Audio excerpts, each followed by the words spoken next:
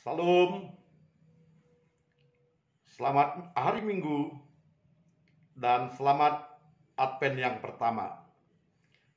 Saudara-saudaraku yang kekasih, saya Pendeta Naik Situmorang akan menyampaikan sabda Tuhan kepada kita. Mari kita berdoa. Ya Tuhan Bapa yang baik, bersabdalah Engkau kepada kami, dan curahkanlah Roh Kudus-Mu, agar kami dapat memahami firman yang akan kami perdengarkan. Di dalam nama Tuhan Yesus kami berdoa. Amin. Saudara-saudaraku yang kekasih, firman Tuhan kepada kita pada Minggu Advent yang pertama ini dari kitab 1 Tesalonika pasal 3 ayat 9 sampai 13. Saya membacakannya demikian sabda Tuhan. Sebab ucapan syukur apakah yang dapat kami persembahkan kepada Allah atas segala sukacita yang kami peroleh karena kamu di hadapan Allah kita? Siang malam kami berdoa sungguh-sungguh supaya kita bertemu muka dengan muka dan menambahkan apa yang masih kurang pada imanmu. Kiranya Dia, Allah dan Bapa kita, dan Yesus Tuhan kita, membukakan kami jalan kepadamu. Dan kiranya Tuhan menjadikan kamu bertambah-tambah dan berkelimpahan dalam kasih seorang terhadap yang lain, dan terhadap semua orang, sama seperti kami juga mengasihi kamu. Kiranya Dia menguatkan hatimu, supaya tak bercacat dan kudus di hadapan Allah dan Bapa kita pada waktu kedatangan Yesus Tuhan kita dengan semua orang kudusnya. Amin. Bapak, Ibu, saudara-saudaraku yang kekasih, hari ini kita memasuki Minggu Advent yang pertama. Pada masa-masa ini adalah masa ketika kita berpengharapan akan menyambut kedatangan Tuhan Yesus sebagai juru selamat yang akan menghakimi dunia ini, dan yang akan memberikan kemenangan dan tempat yang terindah di sorga kepada setiap orang yang percaya kepadanya. Dia akan memberikan segala upah yang terbaik kepada orang yang percaya kepadanya, yang semasa hidup di dunia ini telah bersungguh-sungguh untuk taat kepadanya dan melakukan kehendak Allah. Pada masa-masa Advent ini, kita diminta untuk semakin beraktivitas, semangat, dan juga melakukan hal-hal yang baik di dalam kehidupan kita. Sebagaimana teks yang kita bacakan, penulis kitab Tesalonika ini meminta supaya para pembaca kitab, yakni orang-orang Tesalonika, untuk hidup tak bercacat dan hidup kudus di hadapan Allah dalam masa-masa menyambut kedatangan Tuhan Yesus. Tentu saja yang dikatakan hidup tak bercacat, maka kita hidup di dalam kehendak Allah yang senantiasa melakukan apa yang diperintahnya. Kita hidup sesuai dengan rencana Allah, yakni agar kita memberitakan firman-Nya kepada setiap orang, dan kita sendiri pun tidak gentar terhadap apapun persoalan-persoalan yang kita hadapi di dalam pemberitaan Injil, di dalam kehidupan sehari-hari, dan persoalan bersama-sama dengan manusia yang ada di dunia ini. Kita tetap hidup dengan percaya kepada Tuhan, sebagaimana Tuhan telah melakukan pelayanannya di dunia ini sambil memuliakan Allah dan tidak melakukan hal-hal yang jahat dan untuk hal-hal yang duniawi ini. Hidup tak bercacat tentu saja bukan suatu perjuangan yang ringan, karena godaan dunia sangat kuat. Paulus sendiri berkata bahwa roh memang penurut, tapi tubuh ini lemah.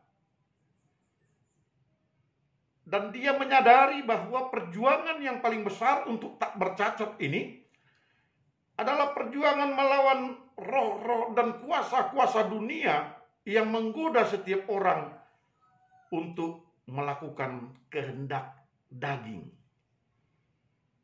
Banyak orang lebih senang untuk mengejar jabatan, mengejar harta, mengejar berbagai kenikmatan dunia, meskipun itu dilakukannya dengan berbagai kejahatan-kejahatan. Tentu saja sebagai orang Kristen, kita harus menghindari hal yang demikian.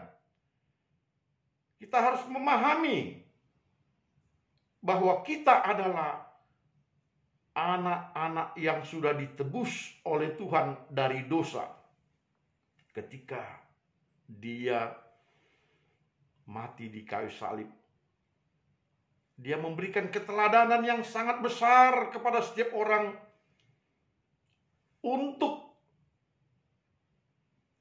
tidak menerima apapun yang berhubungan dengan kejahatan dan dosa dan hal-hal yang lain yang bisa saja Yesus mengambil kesempatan untuk menjadi raja dunia.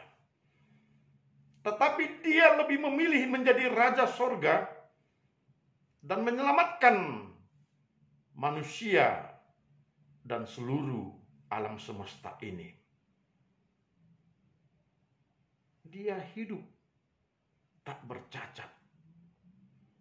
Dia memilih melakukan kehendak Bapanya yang di sorga. Dan itulah yang kita harus lakukan menjelang kedatangan Tuhan.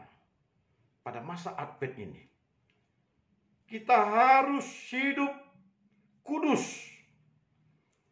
Kudus artinya engkau harus tahu, engkau adalah umat Allah. Umat yang telah ditebus oleh Yesus. Oleh karena itu, engkau tidak hidup secara duniawi seperti orang-orang yang lain. Sebab engkau telah dikuduskan, engkau telah dipisahkan dari orang-orang yang berdosa. Engkau telah diambil untuk menjadi alatnya bagi kemuliaannya dan menjadi saksinya di dunia ini. Kita harus hidup kudus. Maka sebagaimana umat yang kudus, kita hidup sesuai dengan kehendak Allah. Kita melakukan hal-hal yang berkenan kepada Allah.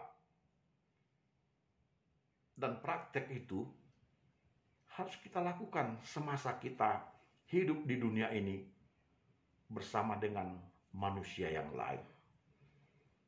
Itu sebabnya dikatakan, betapa kami bersyukur kepada Allah atas apa yang kami peroleh karena kamu di hadapan Allah. Jadi orang-orang Tesalonika ini memang telah menaruh hatinya Karena para murid-murid di sini bersyukur atas segala ucapan syukur yang telah diterima dari orang-orang Tesalonika ini. Bahkan orang-orang Tesalonika ini telah menunjukkan bagaimana mereka berkelimpahan kasih. Dikatakan di dalam ayat 12, kiranya Tuhan menjadikan kamu bertambah-tambah dan berkelimpahan dalam kasih seorang terhadap yang lain. Memang inilah yang harus kita lakukan sebagai bagian dari umat yang kudus. Kita harus boleh mengasihi sesama kita, bahkan mengasihi mereka sebagaimana kita mengasihi diri kita sendiri. Dan di dalam kasih inilah nampak kekudusan kita sebagai umat yang dipanggil oleh Allah. Orang yang tidak mampu untuk melakukan kebaikan kepada sesamanya, mereka tidak pantas dikatakan sebagai umat Allah. Umat Allah harus dapat mengasihi sesamanya. Apa yang bisa diberikan kepada sesama? Apakah memberikan bantuan? Apakah memberikan berbagai berkat-berkat dari kelimpahan hidupnya?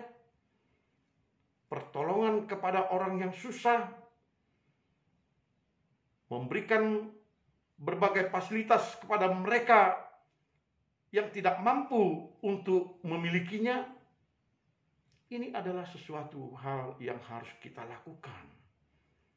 Di samping kita harus terus-menerus memberitakan pemberitaan Injil kepada mereka. Sebab kedatangan Tuhan sudah dekat. Mari kita mempunyai pengharapan agar keselamatan itu juga dimiliki oleh semua orang. Bukan hanya kita saja. Bukan hanya sebagian orang yang telah memberikan hidupnya, hatinya kepada pelayanan-pelayanan.